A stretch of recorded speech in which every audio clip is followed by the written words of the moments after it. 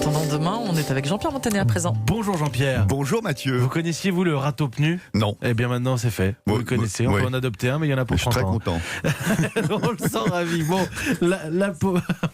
Pardon. C'est bon pour la planète et bon pour la santé. Avec un CV pareil, l'algue est un aliment qui va faire fureur demain dans nos assiettes.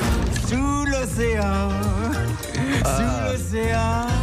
Qu'est-ce qu'il y a sous l'océan? C'est bien mieux, tout le monde est heureux. Alors, sous l'océan, eh bien, il y a ces algues qui sont bourrées de vitamines, d'oligo-éléments, de minéraux, gorgées de protéines, de fibres, de fer, des vertus antioxydantes, anti-inflammatoires, anti-cholestérol, vertes ou rouges, fraîches ou séchées. Les algues vont, Mathieu, déferler demain dans nos assiettes. Aliments superstars, totémiques de la cuisine asiatique, notamment japonaise et coréenne. On en dégustait déjà en l'an 57 avant Jésus-Christ avec du riz, l'ancêtre sans doute du maki. C'est ça, Astérix, j'ai pas vu de sushi. Et maki de son passer, algue noire, le nori.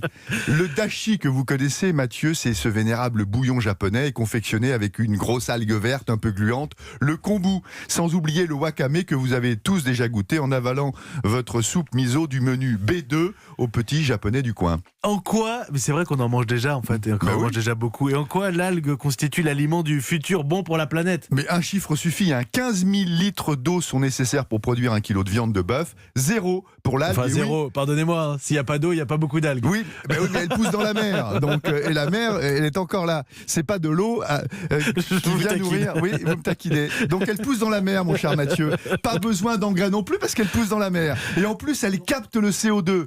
Écolo, l'algue est donc l'aliment miracle. Alors si elles sont une solution contre le réchauffement climatique, les algues en souffrent aussi. Elles n'aiment pas les eaux trop chaudes et ont besoin d'iode pour prospérer. Donc elles redoutent les pluies diluviennes d'eau douce lors des typhons qui sont hélas de plus en plus fréquents. Et comment trouver des algues et quelles algues finalement en France? Alors, en Corée et au Japon, elles sont souvent cultivées. En France, elles sont sauvages. Et le berceau des algues est la Bretagne, où les amateurs peuvent les cueillir à condition de connaître la vingtaine de variétés comestibles, comme la fameuse laitue de mer. On commence aussi à en trouver dans les magasins biologiques. Et demain, elles seront en rayon fraîches ou séchées dans les supermarchés.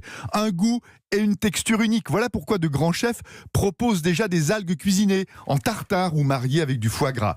Mais Mathieu, ce qui va à mon avis faire craquer les Français pour les algues, ce sont ces appétissantes chips d'algues. 4 fois moins caloriques que les chips de pommes de terre, confectionnées par une société coréenne. Elles doivent débarquer demain sur le marché. Leur ambition, convertir le monde entier aux algues pour se nourrir sainement sans bousiller la planète. Et pourquoi pas? Sous l'océan, sous Je m'en lasse pas, moi. C'est une des plus belles chansons de Disney. C'est Henri Salvador qui chantait quand même Sous l'océan dans le rôle du homard, la petite sirène. Allez. Là où ils bossent toute la journée, esclavagés, prisonniers, pendant qu'on plonge comme des éponges sous l'océan.